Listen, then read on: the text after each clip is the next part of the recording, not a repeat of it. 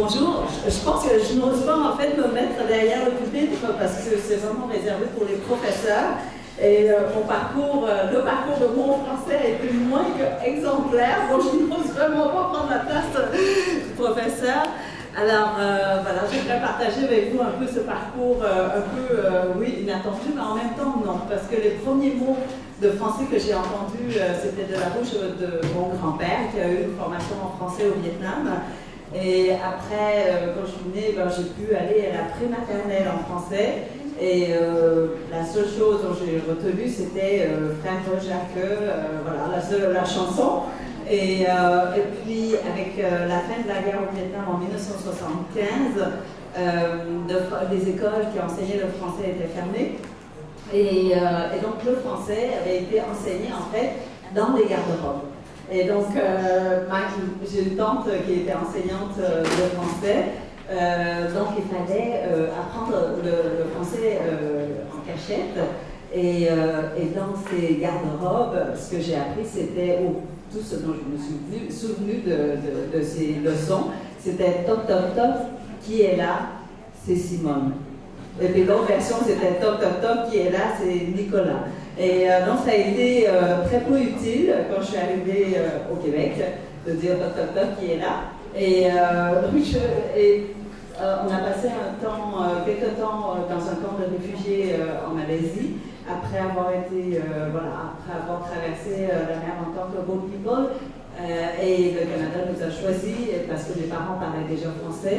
J'ai eu la chance d'arriver au Québec et le Québec nous a accueillis avec comment vous dire, tellement de générosité et de pureté dans l'attention qu'ils nous accordaient, qu'il y a eu un moment d'amour dès le premier moment, dès le premier instant, quand la porte de l'autobus qui nous a emmenés dans cette ville-là se sont ouvertes devant cette ville qui s'appelle Granby, à 1 heure de Montréal.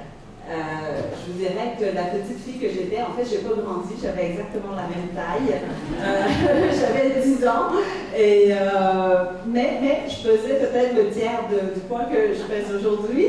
Et donc, on s'est retrouvés devant une forêt de géants québécois qui nous recevaient. Et en tant qu'asiatique, évidemment, le premier choc culturel, c'était l'expression très physique des Québécois, du moins, à nous saluer. Donc, ils nous prenaient dans leurs bras, nous soulevaient dans les airs, et dans leurs yeux, on était, je vous dirais, en tout cas pour moi, j'avais l'impression qu'on était des trésors qui tombaient du ciel. Et donc, on a été reçus non pas en tant que réfugiés ni immigrants, mais plutôt, je dirais, comme si on était des enfants adoptifs qui sont arrivés dans ce pays-là. Et donc, il y a eu un moment d'amour. Et parce que les Québécois parlent le français, et donc la langue française est devenue une langue d'amour pour moi. J'ai voulu apprendre le français tout de suite pour pouvoir comprendre les gens qui étaient en face de moi et de saisir le plus rapidement possible cette langue. Et donc, oui, le français, je devrais dire plutôt le québécois, qui est une langue particulière, qui a ses particularités, mais aussi beaucoup de beauté, n'a pas été si facile. En fait, oui, c'était facile, mais avec quelques embûches.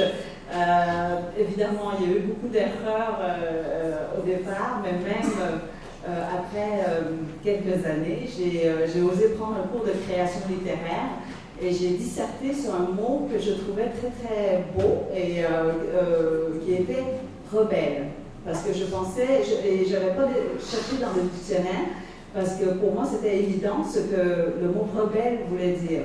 Et j'ai analysé le mot et je pensais que rebelle voulait dire belle de nouveau.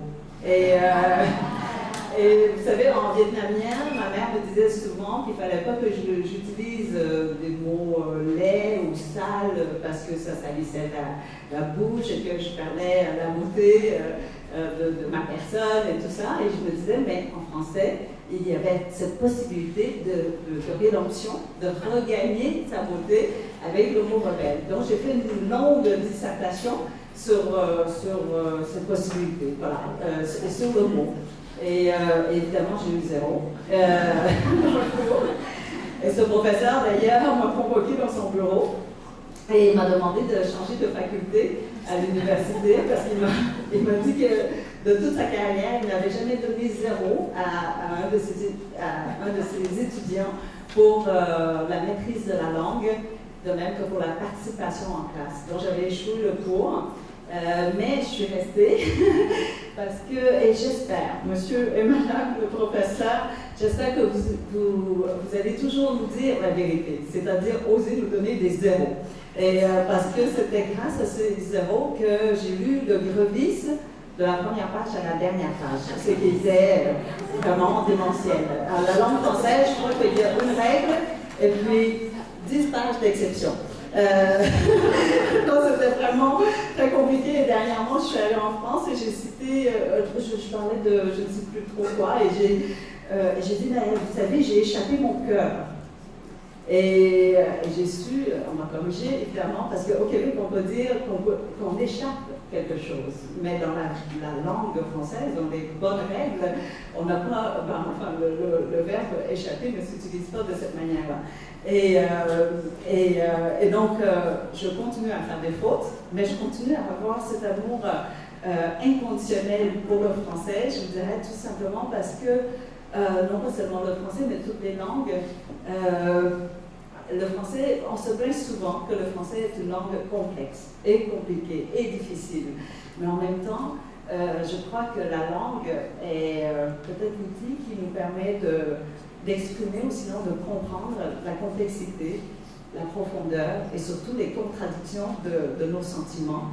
Et plus la langue est complexe, plus elle réussit à refléter ce que nous sommes. Et donc, je continue à aimer cette langue, même si elle résiste un peu, beaucoup, surtout pour les genres. Vous savez, le et la. Je ne comprends pas toujours la logique, en fait, pourquoi catastrophe est féminin. C'est féminin. Et en fait, le plus difficile pour moi, ce sont les temps de verbe. Parce que la langue vietnamienne n'a pas de temps de verbe, c'est toujours à l'infinitif, on ajoute une particule de temps au début ou au milieu de la conversation, mais voilà, on ne conjugue jamais les verbes. Et puis en français, vous avez le passé simple, le passé composé, l'imparfait, et sur la ligne du temps, je ne sais jamais lequel temps de ces temps-là arrive en premier ou en après. Mais ce qui me rend encore plus confuse, c'est le futur antérieur, où on peut être en avant mais en arrière aussi, et donc le temps devient circulaire dans ma tête, mais quand on conjugue, il faut que ce soit sur la ligne, voilà, sur une ligne. Et donc quand je parle de français, je suis très confuse, ou sinon je suis très confuse dans mes sentiments quand on commence à réfléchir en français, mais je ne crois pas que ce serait possible pour moi d'écrire dans une autre langue que la langue française, tout simplement parce que la langue française m'a donné une deuxième naissance, une deuxième vie, une deuxième possibilité, et surtout le français m'a donné la possibilité de l'écriture, qui est arrivée très tard, à 40 ans. Mais sans le français, je crois que je n'aurais pas la chance d'être ici. Et j'insiste à utiliser cette expression française, et j'espère qu'un jour, cette expression va être acceptée dans le dictionnaire. C'est que j'ai échappé mon cœur avec vous dans ce congrès, à Kyoto. Alors, merci beaucoup.